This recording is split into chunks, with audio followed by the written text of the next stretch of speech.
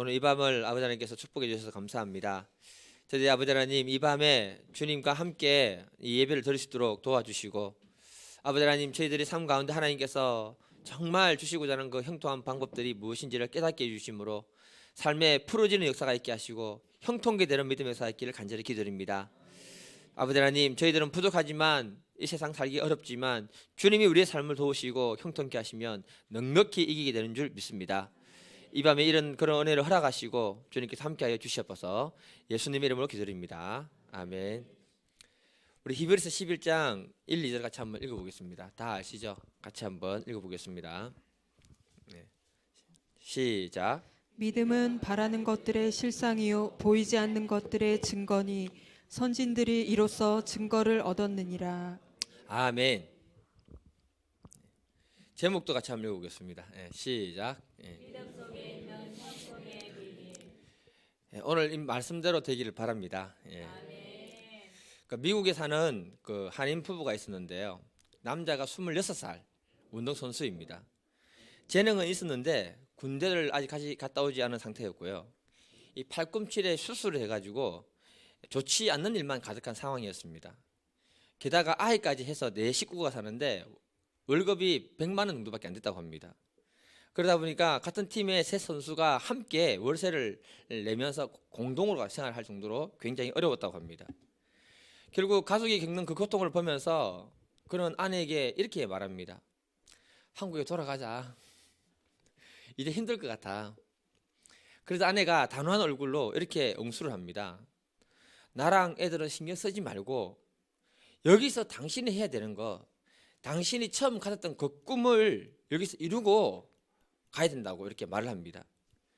당신에게 방해가 된다면은 차라리 우리가 한국 들어가게 살겠다. 그러니까 당신은 그 꿈을 이루라. 이렇게 말합니다. 그 당시 아내는 건강도 안 좋고요. 한쪽 눈이 보이지 않기 시작합니다. 그러니까 시력도 잃을 수 있다고 이렇게 진단을 받았는데, 그녀는 남편의 꿈을 지지해 주면서 그 꿈을 이룰 것이라고 강력하게 밀어주고요. 그리고 그 꿈은 나중에 곧 현실로 이렇게 바뀌게 됩니다. 현실로 바뀌게 되는데 어떻게 바뀌게 되냐면은, 이 이야기 주인공이 누구냐면은 7년 동안 연봉을 1,370억 원으로 받았는 텍사스 레인저스 우리나라 선수 누굽니까? 추신수 선수. 주급으로 따지면요, 한 주에 3억 원이 넘어가는 돈을 받게 됩니다. 저는 이 글을 읽는데 감동이 되더라고요. 여러분들 뭐 그냥 들었지만은, 그러니까 아내가 남편을 끝까지 지지해주고 믿어줄 때 그 남편이 꿈을 이루는 이야기였습니다. 그걸 보면서 믿음과 형통에는 정말 보이지 않는 상관관계가 있구나, 이런 걸 제가 깨달았습니다. 사람이 사람의 말을 믿어주고 지지해줘도 이렇게 놀라운 믿음의 역사가 일어나는데, 하물며 전능하신 하나님 말씀을 우리가 믿어주고 지지해줄 때 하나님이 우리의 삶에 얼마나 놀라운 믿음의 역사를 이루시겠느냐, 이 말입니다. 그래서 오늘 이 본문 말씀을 갖다가 믿음 속에 숨어있는 형통의 비밀로 잡았습니다.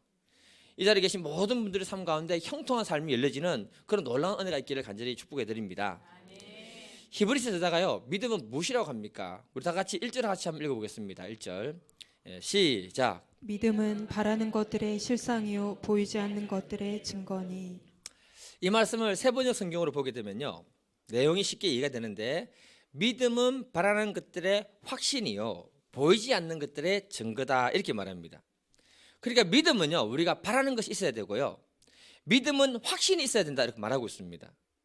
우리가 하나님 안에서 바라는 것이 있어야 되고 그것에 대한 확신을 잘 가질 때 그것이 실제가 된다, 이렇게 말씀해 주고 있습니다. 히브리서에서 말하는 믿음은요, 우리가 일상에서 그냥 가지는 믿음이 아니고요, 어떤 고난이나 어떤 어려운 가운데서도 가져야 되는 그 믿음을 우리에게 얘기해 주고 있는 것입니다. 다시 말하면 우리가 아무 문제가 없고 어려움이 없는 가운데 굳이 뭐 믿음을 따질 필요가 뭐가 있습니까? 아무 문제가 없으면 그냥 살아도 충분히 잘 살 수 있습니다. 이때는 믿음이 없어서 살 수 있지만, 언제 믿음이 필요하냐면 고난 가운데 있을 때, 남에게 말하는 문제가 있을 때, 그때 우리의 삶에 하나님의 약속을 믿는 믿음이 꼭 필요하다고 이렇게 말해주고 있는 겁니다. 히브리서 말씀을 보게 되면은 고난 중에 있는 성도들에게 믿음이 무엇인가를 가르쳐 주는 게 바로 히브리서에 나오는 이 믿음이라고 말하고 있는 겁니다. 제가 이 자비랑 선교사로 파송을 했던데요, 선교 훈련을 갖다가 본부에서 받을 때 그때가 IMF 기간이었거든요. 그러다 보니까 선교지에서 많은 선교사님들이 어려움 많이 당하고 들어오게 되는 그런 시점이었습니다. 그러니까 우리들이 자비랑 선교를 했기 때문에 선교 훈련 시키는 분들이 선교지에서 살아남는 방법을 두 가지를 갖다가 제시를 했는데요. 그게 하나가 뭐냐 하면은 믿음이 특출나게 좋든지, 자비랑 선교를 하기 때문에 돈을 많이 벌든지, 그 둘 중에 하나만 하면은 자비랑 선교사로 살 수 있다, 이렇게 말했습니다. 근데 제가 말씀을 묵상하면서 느끼는 게 뭐냐면은 믿음은 형통이다. 내가 하나님 말씀을 믿을 때 하나님이 우리 삶 가운데 형통하게 열어주시는 것이 바로 믿음이다. 이게 내 마음에 확신이 들었습니다.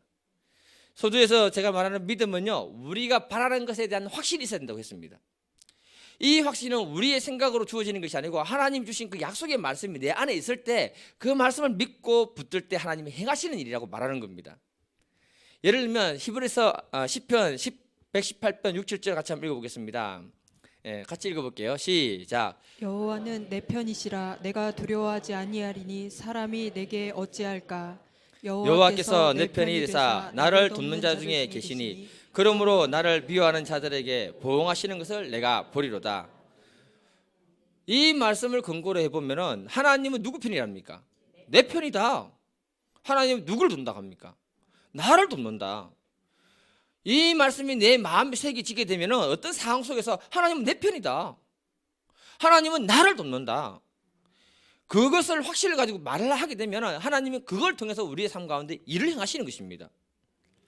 우리 믿음의 사람에게 있어서 최고의 긍정적인 언어가 무엇인 줄 아십니까, 여러분? 하나님의 약속의 말씀을 믿어주고 그걸 말하는 게 최고의 긍정적인 언어예요. 하나님의 그 말씀의 힘이 천지를 창조했고요, 모든 만물을 움직이게 하시는 분이 바로 하나님의 말씀입니다. 그 말씀을 내가 믿어주고 말할 때 그것만큼 최고의 긍정적인 힘은 없다는 겁니다. 그래서 우리의 믿음이라는 것은 뭐냐? 내가 하나님 말씀을 마음에 받아들이고 확신한 가운데 바라보고 말을 할 때 하나님은 그 속에서 일하시는 형통의 일을 행하신다는 것입니다. 사람도 사람의 말을 믿어줄 때 놀라운 일이 생깁니다. 앞에서 제가 말씀드렸던 추신수 부인이 정말 부자가 될 만한 사람 같아요. 연봉 1,300원 받으면 부자 아닙니까, 여러분? 아무나 그런 부인 되는 거 아닌 것 같아요. 남편이 절망하고 힘들어할 때 믿어주고 꿈을 향해 달려가라. 그때 그 남편이 성공했습니다. 그럼 우리들이 잘해야 되는 게 뭐냐면요, 자녀들을 키우다 보면 우리 생각대로 잘 됩니까, 안 됩니까? 안 키워보는 분은 모르죠. 점점 키워보니까 내 생각대로 안 되더라고요. 시험 성적 보고 이게 공부하는 거냐면서 이래가지고 밖에 나가서 뭐 하나 직업이라도 하나 가지고 먹고 살겠냐고 이렇게 핀잔을 자꾸 주면 걔가 어떻게 하겠습니까? 나중에 공부 못하고 밖에 나가면은 직장도 하나 못 가지는 그런 빌빌거리는 사람으로 바뀌게 되는 거예요. 절대 그런 말 하면 안 됩니다. 그런데 부모가 자녀를 믿어주는 말을 할 때 애들이 달라지는 거예요. 걱정 마라, 너 잘할 수 있다. 너는 하나님이 점점 잘하게 해줄 것이다. 좋은 결과가 나올 거야. 나는 우리 아들 믿어. 우리 딸 믿어. 이렇게 말해주면 그 애들이 그 말을 듣고 그 기대에 부응하기 위해서 노력하게 되거든요. 그리고 그 말을 믿어준 대로 그 애들이 그렇게 삶을 바뀌게 되는 것입니다. 사실 이게 쉬운 일은 아니지만 실제로 굉장히 어렵잖아요. 저도 잘 알고 있습니다. 그럼에도 불구하고 믿음이 필요한 거죠. 그렇게 말해주는 것이 바라보는 것이고 그것에 대한 확신을 가지고 얘기해 주는 것이 믿음이라는 것입니다. 우리가 오늘 본문에서 믿음은 바라는 것이 있어야 된다. 믿음은 바라는 것에 대한 확신이 있어야 된다. 그것이 실제가 된다. 이 말씀을 이렇게 생각해 볼 수 있는 겁니다, 여러분. 믿음이 우리가 바라는 것의 씨앗이라고 볼 수 있다고 저는 생각합니다. 식물이 싹이 나고 줄기가 나서 열매가 맺을 때까지 그 씨앗을 통해서는 그 열매를 볼 수는 없습니다, 여러분. 여러분, 씨앗을 통해서 열매를 볼 수 있습니까, 없습니까? 없잖아요. 다만 이 씨앗을 심으면 어떻습니까? 나중에 자라서 열매를 그런 걸 줄 것이라는 내 안에 확신이 들어오는 거 아닙니까? 예. 그래서 우리가 해야 되는 건 뭐냐면은 하나님의 약속의 말씀을 내가 그래서 씨앗으로 잡아서 믿음으로 심는 거예요. 확신하는 가운데 기도로 물을 주고, 그리고 하나님이 그 열매를 주실 줄 믿고 있으면 그것이 자라서 언젠가는 우리의 삶의 열매로 하나님 확신에게 주신다고 이렇게 말씀하시는 겁니다. 이게 바로 믿음의 법칙입니다, 여러분. 우리들이 하나님 말씀을 내 삶 가운데 형통해지기를 믿고 바라보고 그렇게 심고 움직이면 하나님 그렇게 하시는 거예요. 하나님의 방법이 뭐냐면 하나님 아브라함 부르실 때 그냥 부르신 것이 아니었습니다. 하나님이 그에게 믿음의 씨앗을 주고 불렀습니다. 그게 창세기 12장 2, 3절 아닙니까 여러분? 같이 읽겠습니다. 다 잘 아는 말씀인데요. 시작. 내가 너로 큰 민족을 이루고 내게 복을 주어 내 이름을 창대하게 하리니 너는 복이 될지라. 너는 축복하는 자에게는 내가 복을 내리고 너를 저주하는 자에게는 내가 저주하리니 땅의 모든 족속이 너로 말미암아 복을 얻을 것이니라 하신지라. 아멘. 하나님이 아브라함을 부르실 때 놀라운 소망과 희망을 씨앗으로 주었습니다. 내가 너를 큰 민족이 되게 하겠고 내가 너를 복을 주어서 너를 창대하게 하겠다. 너는 복된 존재가 되게 하겠다. 그 씨앗을 믿음으로 바라보고 심그럽게 요구하신 거예요. 그리고 그것을 확신을 가질 때 하나님이 아브라함을 점점점 그런 사람으로 만들어 주셨다고 성경은 말씀하고 있는 겁니다. 그래서 히브리서 6장 14, 15절에 보니까 내가 반드시 너에게 복 주고 복 주어서 너를 번성하고 번성하게 하겠는데 그가 오래 참아서 그것을 받았다. 이렇게 말씀하고 있는 것입니다. 하나님의 약속의 말씀을 우리의 마음에 심고 붙들고 있을 때 하나님이 열매 맺게 하시는 줄 믿습니다. 이게 바로 믿음 속에 숨어있는 형통의 비밀이라는 것입니다. 저희들이 잘 알고 있는 흑인 루터킹 목사님이 1968년도에 총 맞아서 암살당해 죽잖아요. 그 사람이 마지막에 했던 가장 유명한 연설이 뭐냐면 I have a dream, 나는 꿈이 있습니다. 이겁니다. 이분이 인종차별이 심했던 그 시대에 뭐라고 얘기했냐면은 그 흑인들에게 말하기를 절망의 구렁텅이에 빠져서 허우적대지 맙시다. 나에게는 꿈이 있습니다. 언젠가 이 나라 모든 인간은 평등하게 태어난다는 사실을 모든 사람들이 진리로 받아들일 것입니다. 언젠가 조지아주 붉은 언덕에서 노예의 후손과 백인의 후손들이 형제라는 그 식탁 앞에 앉아서 같이 밥을 먹게 될 것입니다. 내 아이들이 피부색으로 평가되는 것이 아니라 인격으로 평가받는 그 때가 올 줄 나는 믿습니다. 언젠가 흑인 소년 소녀들이 백인 소년 소녀들과 함께 형제처럼 손을 잡고 같이 움직일 줄 나는 믿습니다. 그렇게 꿈을 꾸면서 그가 말을 했을 때 그 꿈이 50년 만에 이루어졌습니다. 여러분 어떻게 됐습니까? 오바마라는 흑인이 대통령이 되었고요. 미국의 각 주요 부속마다 굉장히 중요한 인물들이 다 흑인들이 그 자리에 다 들어가 있는 거 아닙니까? 혹시 여러분들 미국의 콜린 파워 장군 아십니까? 콜린 파월 장군. 예. 이 사람 이름을 처음 듣는 분들이 있겠지만요, 미국에서 가장 존경받는 사성 장군입니다. 별 4개짜리 장군. 놀라지도 않는데요. 별 4개 사는 거는요, 정말 별 하나 따는 게 하늘의 별 따기입니다, 여러분. 예. 그가요, 뉴욕의 빈민가의 이민자 가정에서 태어나가지고 가난하게 태어났습니다. 나중에 ROTC 입대해서 사성 장군이 되었고요. 흑인 최초로 미국 합동 참모 본부의 의장이 됩니다. 최고의 리더가 됩니다. 파나마 전쟁이나 걸프 전쟁에서 승리를 이끌었던 사람입니다. 마틴 킨 루터 목사가 말하기를 꿈꾼 그 믿음의 역사가 현실이 되어버렸다고 말하고 있는 것입니다. 이것은 바로 믿음은 바라는 것들의 실상이요 보지 못하는 것들의 증거다고 우리에게 말해주는 것입니다. 여호수아 1장 8절 한번 읽어보겠습니다. 여호수아 1장 8절 시작. 이 율법책을 내 입에서 떠나지 말게 하며 주야로 그것을 묵상하여 그 안에 기록된 대로 다 지켜 행하라. 그리하면 내 길이 평탄하게 될 것이며 내가 형통하리라. 하나님은 지금 가나안 땅에 입성해야 되는 여호수아에게 형통하게 되는 비밀을 가르쳐 주셨습니다. 그게 바로 뭐냐 하면은 하나님 말씀을 입술에 두라. 말씀을 주야로 묵상해라. 그 다음에 그 말씀을 지켜 행하라 이렇게 말했습니다.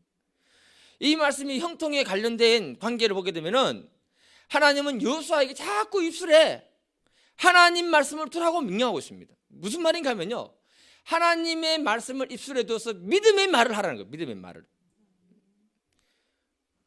하나님의 약속의 말씀을 우리가 믿을 때 믿음의 말이 나오잖아요. 그래서 묵상하라 합니다. 묵상하라. 예. 묵상을 할 때, 말씀을 묵상할 때 우리 심령에 뭐가 생기냐면 믿음이 생기거든요. 믿음이 생길 때 말로 나오게 되고요. 그때 우리가 하게 되는 게 뭐냐 하면은 행동을 움직이게 되는 것입니다.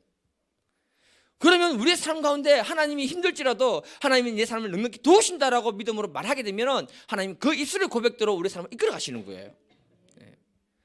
그래서 우리의 말은요, 마음에서 나오는 믿음의 말이 있어야 되는 거예요. 내 삶의 현실이 어려울지라도 하나님이 내 삶을 도우신다. 점점 세상이 어렵고 힘들지라도 하나님 내 편에 되어서 나의 손을 들어주신다. 그 말씀을 암송하고 묵상하면서 나의 것으로 삼게 되면은 하나님이 우리 삶 가운데 그 형통한 역사를 열어주신다, 이렇게 말하고 있는 것입니다. 그래서 여호수아에게 얘기하는 것이 뭐냐? 형통하게 되는 비밀이 하나님 말씀을 입술에 두고 마음의 묵상에서 마음으로 두고 행하라. 그러면 하나님은 놀라운 일을 행하신다고 말씀해 주시는 겁니다. 이게 바로 믿음과 형통의 비밀입니다, 여러분.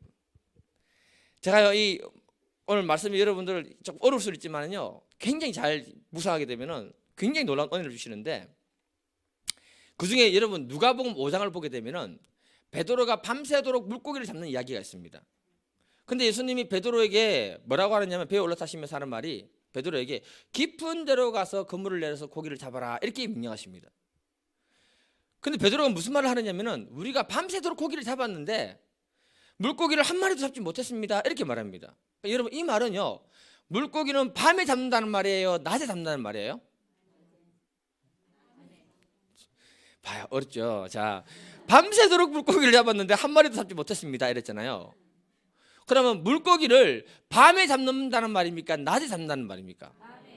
밤에 잡아야 돼요. 왜 밤에 잡아야 되는 줄 아십니까?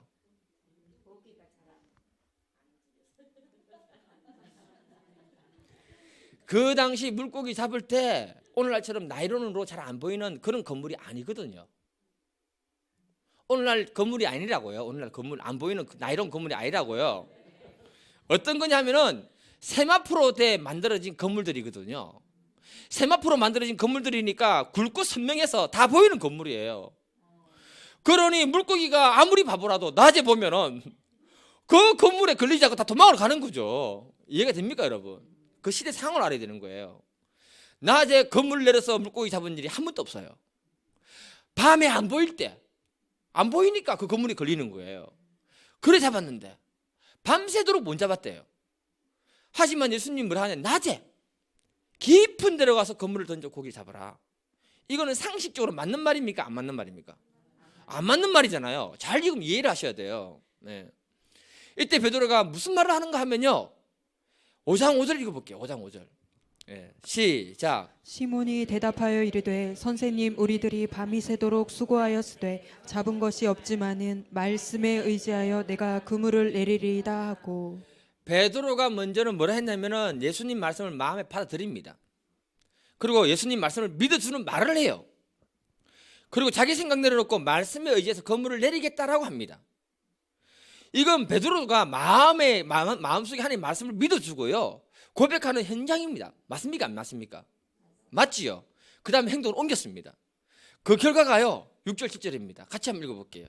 시작. 그렇게 하니 고기를 잡은 것이 심히 많아 그물이 찢어지는지라. 이에 다른 배에 있는 동무들에게 손짓하여 와서 도와달라 하니 그들이 와서 두 배의 채움에 잠기게 되었더라. 요한복음에서는 153마리 잡았다라고 기록하고 있습니다, 여러분. 베드로가 형통하게 된 비밀이 뭐냐 하면요, 예수님 말씀하셨을 때 그 말씀을 어떻게 했다? 마음에 받아들이고 입술로 고백했습니다. 다음 뭐 했습니까? 순종해서 움직였습니다. 그때 놀라운 기적을 경험했다는 거예요. 성경에 이 사건을 기록한 이유가 뭐냐 하면, 낮에는 건물 내려서 물고기 잡는 일은 있을 수 없는 일인데 그 말씀에 순종해가지고 했더니 놀라운 기적이 일어나가지고 있는 기적이다. 그래서 성경에 기록해 둔 거예요. 내만 흥분하고 있는 것 같아요. 우리가 형통하게 되는 비결이 바로 거기에 있는 거예요. 믿음이 바로 그거라는 것입니다, 여러분. 볼펜의 대명사로 알려져 있는 모나미 153. 이게 1963년도에 5월 1일 날에 탄생했다고 이렇게 찾아보니까 나왔어요. 그러니까 이 볼펜을 만들 당시에 공장 기술력도 별로 없는 상태였고 도산을 위기에 맞이했던 송삼석 회장이라는 분이 기도하면서 직접 만든 이 이름이 이 모나미 153이라는 볼펜이라고 합니다. 찾아보니까 뭐라고 하느냐면은, 경쟁이 너무 심해가지고 그 당시에 이제 문 닫아야 되는 상황이 되었다고 합니다. 그래서 이 문제가 해결이 안 되니까 이 사당이 예수를 믿었는가 봐요. 기도원에 올라가서 기도를 한참 합니다. 한참 기도하다 보니까 그동안 사업하면서 하나님께 범죄한 게 너무 많은 거예요. 그래서 회개하면서, 하나님, 바쁘다는 핑계로 주일 성수 아는 거 용서해 주시옵소서. 주일 성수 잘하겠습니다. 또 가만히 생각해 보니까 떼먹은 게 너무 많아요. 하나님, 떼먹은 게 너무 많네요. 철저히 11조 하겠습니다. 회개하고. 하나님, 기도를 너무 안 했네요. 새벽마다 가서 기도하겠습니다. 사람이 궁지에 몰려야 돼요. 궁지에 몰려야 이런 기도가 나오지. 순종해 살겠습니다. 예, 철저히 회개를 합니다. 그리고 성경을 쭉 읽어 내려가는데 요한복음에서 보니까 물고기를 잡았는데 153마리를 잡은 거예요. 엄청나게 많이 잡은 거예요. 예, 뭐 우리는 뭐 다 아는 얘기니까, 그죠? 그래, 하나님이 기도하기를, 하나님, 이거 기적입니다. 제가 모나미 153을 만들겠습니다. 축복해 주십시오. 이렇게 하는 거예요. 모나미가 무슨 말인가 찾아보니까 불어로 나의 친구라는 뜻입니다. 나의 친구. 나의 친구 대 153, 엄청난 기적이라는 거죠, 이게. 그리고 이 볼펜을 하나님 수많은 사람들이 사용하게 만들어 주시되 50억 자루가 팔리게 해주셔서, 우리는 전 세계 인구가요 70억인데요 50억이면요 저 볼펜 쓰지 않는 나라 빼고는 다 쓰는, 이렇게 다 해달라고 그렇게 기도를 한 거예요. 기도를 하려면 이렇게 크게 해야 돼요, 크게. 그리고 기도원에서 결단하고 내려온 거예요. 그리고 순종해서 살았는데 이게 웬일입니까? 이게 다 사용해봤잖아요. 이거 뭐 이쁘지도 않잖아요, 이거. 그렇잖아요. 그런데 폭발적으로 팔리기 시작하는 거예요. 이것보다 더 이쁜 볼펜이 얼마나 많이 나왔는데 다른 회사 거는 팔리지도 않고 모나미 153만 계속 팔리는 거예요. 이게 쓰면은 필체가 좀 잘 나오고 참 특이한 게 있어요. 그 매력이 있어요, 이게. 30년이 지났는데도 지금도 전에보다는 옛날보다는 조금 판매량이 줄었지만은 지금도 꾸준히 잘 팔립니다. 그리고 제가 또 쏘고 있는 거 아닙니까? 얼마 전에 통계가 나왔는데 50억 자루가 다 팔렸대요, 이미. 예. 그러니까 이분이 회개하고 하나님 말씀을 읽다가 물고기 153에 눈이 들어가지고 그걸 마음으로 받아들이고 입술로 하나님께 축복을 간구하고 그 다음에 행동으로 옮겼습니다. 하나님은 그가 형통의 법칙대로 순종해서 움직일 때 그에게 형통을 주셨다, 이렇게 말씀하고 있는 거예요. 이게 바로 믿음과 형통의 비밀입니다, 여러분. 종교교육가 마틴 루터가 뭐라고 했냐면요, 하나님이 주시는 축복의 약속에는 수천 가지가 있다. 그러나 우리가 믿음으로 받을 수 있는 축복은 너무나 많다. 우리가 하나님 앞에서 믿음으로 받을 수 있는 축복이 너무 많다고 합니다. 그 많은 복들을 우리가 놓치지 않고 한 가지라도 붙들어서 정말 복된 인생을 살 수 있기를 축복해 드립니다. 말씀을 붙들고 바라보면서 확실한 것을 심고 기도로 물을 주어서 그 열매를 우리가 먹는 분들이 되기를 간절히 기도해 드립니다. 그러면 하나님이 우리에게 주시는 형통의 참된 의미가 무엇일까? 창세기 26장 3절하고 4절 같이 한번 읽어볼게요. 같이 읽겠습니다. 시작. 이 땅에 거류하면 내가 너와 함께 있어 내게 복을 주고 내가 이 모든 땅을 너와 내 자손에게 주리라. 내가 내 아버지 아브라함에게 맹세한 것을 이루어 내 자손을 하늘의 별과 같이 번성하게 하며 이 모든 땅을 내 자손에게서 주리니 내 자손으로 말미암아 천하 만민이 복을 받으리라. 아멘. 창세기 26장을 보게 되면은 이삭이 거주했던 곳에 흉년이 들었다고 말했습니다. 이삭이 이집트로 내려가려고 할 때 하나님이 내려가지 말고 이 땅에 그대로 살아라고 명령을 하십니다. 그러면서 약속을, 방금 읽었던 약속을 말씀으로 씨앗으로 주었습니다. 너의 후손과 천하 만민이 복을 받을 것이다. 그러니 이 땅에서 믿음으로 살아라, 이렇게 딱 말했습니다. 그걸 이삭이 하나님 말씀을 마음으로 믿음으로 받아들이는 거예요. 그리고 그 약속대로 될 것을 바라보고요, 했던 것이 뭐냐면 그 땅에, 비가 오지 않은 땅에 농사를 지었다고 말하고 있습니다. 그런데 그 결과가 뭐냐면은 창세기 26장 12, 13절에 보니까 100배나 얻었고 복을 받았는데 마침내 거부가 되었다라고 성경은 말하고 있습니다. 무슨 말이냐 하면요, 여기서 하나님 우리에게 형통과 믿음의 비밀을 주시는 비밀이 뭐냐면은 모든 악조건 속에서도 하나님의 약속을 믿는 믿음의 사람들에게는 형통하게 된다는 것을 우리에게 말해주고 있는 거예요. 이삭이 큰 흉년을 맞이했을 때 뭐 최악의 조건이 악조건이었습니다. 그러면 이삭뿐만 아니라 모든 사람들이 악조건 아닙니까? 맞지요? 그런데 이때 이삭은 하나님 말씀을 받아들였다는 거예요. 받아들이고 그 흉년의 때에 농사를 지었는데 하나님이 순종했을 때 그에게 마침내 복을 주셨다. 마침내가 무엇을 의미하냐면은 하나님이 그를 복을 줄 때 그의 의지를 담겨져 있는 그 이야기를 우리에게 하고 있는 거예요.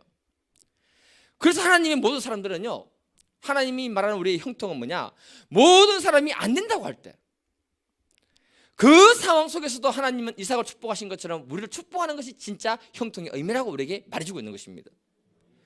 그래서 우리가 잘해야 되는 게 뭐냐면요, 점점 세상이 살기가 힘들어지잖아요. 그렇지 않습니까, 여러분? 미국과 중국이 경제 전쟁을 하고 있고요. 그 사이에 우리는요, 새우처럼요, 조마조마하게 가슴 졸이면서 지금 살아가고 있고요. 한국 경제가 점점 위기 상황으로 지금 빠져가고 있습니다. 사업체 전부 어려워가지고 문 닫고, 우리 장로님도 지금 그렇게 하고 있잖아요. 예. 한결같이 사람들이 어렵다고 합니다. 맞지요? 그럴지라도 성경의 형통은 모든 사람들이 어렵다고 할 때 우리 믿음의 사람을 하나님은 형통케 하시고 축복하시고 지키시는 줄 저는 믿습니다. 그래서 우리가, 장로님 너무 걱정하지 마세요.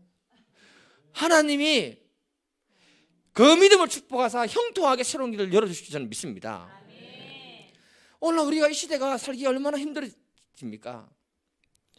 그때일수록 우리가 하나님 약속의 말씀을 붙들고 최악의 상황 가운데 이삭을 형통케 하신 하나님이 우리 하나님이 될 수 있기를 기도할 수 있기를 바랍니다. 하나님은 믿음으로 우리가 바라보고 그것을 확신을 가질 때 실제화시켜 주신다고 말씀하고 계십니다. 이삭의 하나님은 우리 하나님인 줄 믿습니다. 아브라함의 하나님이 우리 하나님인 줄 믿습니다. 이 놀라운 믿음의 축복을 우리가 받아 누려서 정말 우리 교회 모든 분들이 점점 가면 갈수록 하나님이 풍성케 하시고 축복하시는 그것이 삶 가운데 가득할 수 있도록 약속을 붙들고 기도할 수 있기를 바랍니다. 그래야 목사가요 근심을 안 하죠. 여러분들이 잘 돼야 제가 근심을 안 해요. 여러분들이 안 아파야 제가 기뻐요. 아멘 안 하신 분들은 곤란합니다.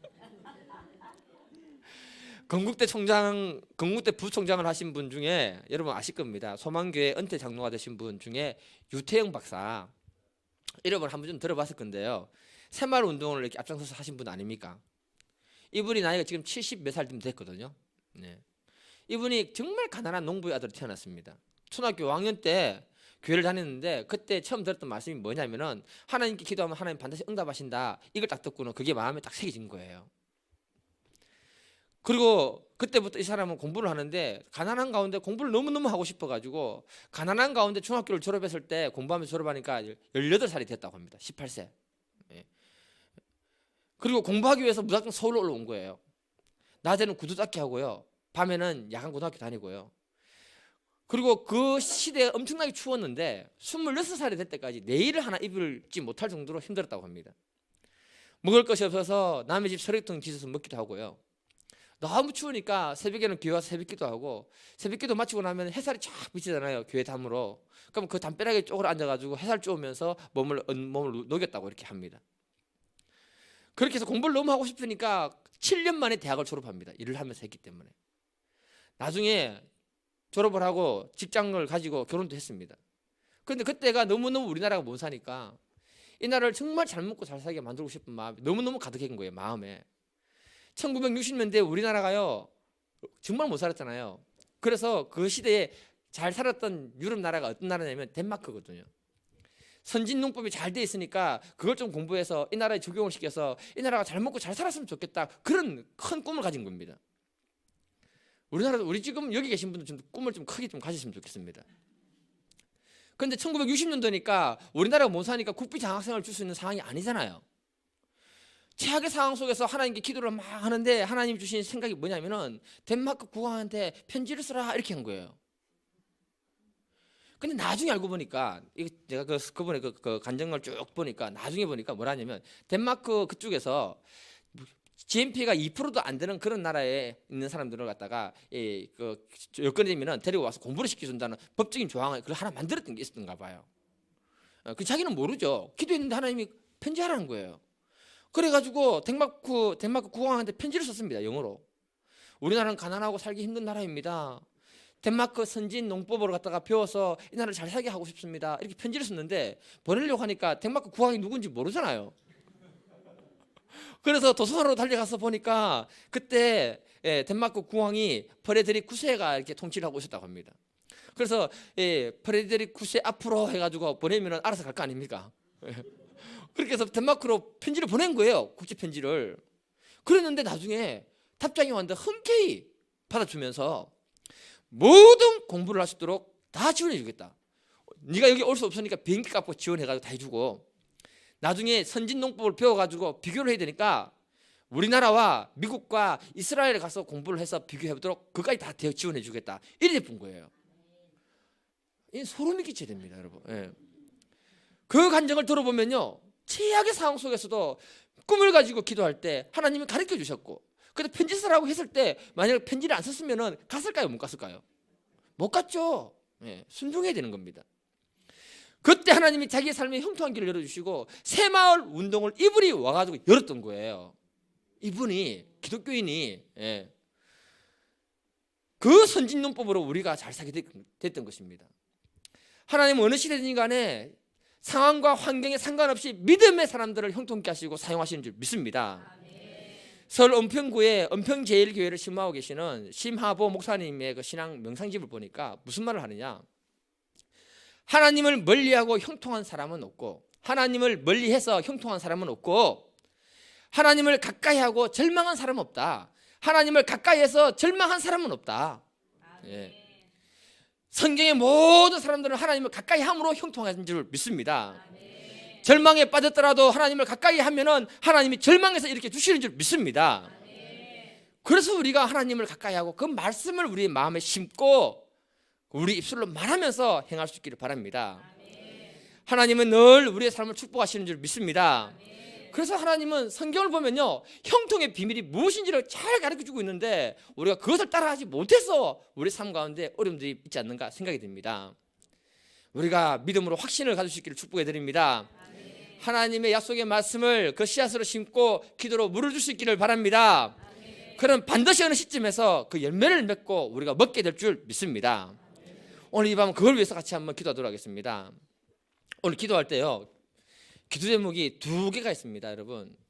하나는 1박 2일 지금 우리 학생들을 하고 선생님들이 수련을 하고 있습니다. 우리 시험도 수련을 하고 있는데 잘할 수 있도록 아이들이 정말 은혜를 많이 받고 좋은 시간 될 수 있도록 좀 기도해 주시고요. 두 번째는요, 좀 큰 기도 제목인데요, 앞으로 수요일부터 해서 우리 사역자들 모여서 기도할 때마다 꼭 기도를 하셔야 되는 게 뭐냐면은, 지금 교회 여기 교육관 뒤쪽으로 해가지고 길이 나가지고 이 캠핑장 위쪽에 31가구 정도 이렇게 전원주택이 들어오게 됩니다. 근데 문제는 뭐가 있냐면은 굉장히 반대를 많이 하고 싶고 막아야 되는데 우리 교회는 무조건 내가 볼 때는 마이너스 같습니다. 근데 특히 문제가 뭐냐면은 우리 교육관을 좀 지을 때 땅이 지금 땅이 우리 땅이 완전히 아니고 그 산 주인의 땅이 약간 물려 있어요. 그래서 이게 지금 어떻게 해야 되는가 굉장히 지금 지혜가 필요합니다. 무작정 반대했다가는 교육관을 뜯어야 되는 상황도 생길 수 있기 때문에 하나님 이거 정말 지혜를 주셔서 이 부분 잘 해결할 수 있도록 오늘 이 밤에 뜨겁게 기도해 주셔야 됩니다. 매 기도하실 때마다 그 문제도 꼭 좀 기도해 주시길 바랍니다. 안 그러면 좀 복잡한 문제들이 많이 생길 것 같아요. 그래서 불법을 행하지 마라, 이 말이 무슨 말인지 이제 이해가 됐습니다. 불법을 행하면 반드시 언젠가는 문제가 생기는구나. 지금 그런 상황입니다. 그래서 그 부분을 놓고 좀 기도해 주시면 감사하겠습니다. 오늘 반주자가 없어가지고 우리 다 같이 주여 삼창하고 기도 제목 2개 놓고 기도해 주시고 그리고 개인 기도하시고 돌아가시길 바랍니다. 또 기도 받으셔야 되는 분들이 있으면은 앞쪽으로 먼저 그 앞에 나와 주시면 먼저 기도해 드리겠습니다. 우리 다 같이 주여 삼창하고 기도하도록 하겠습니다. 주여, 주여, 주여. 아버지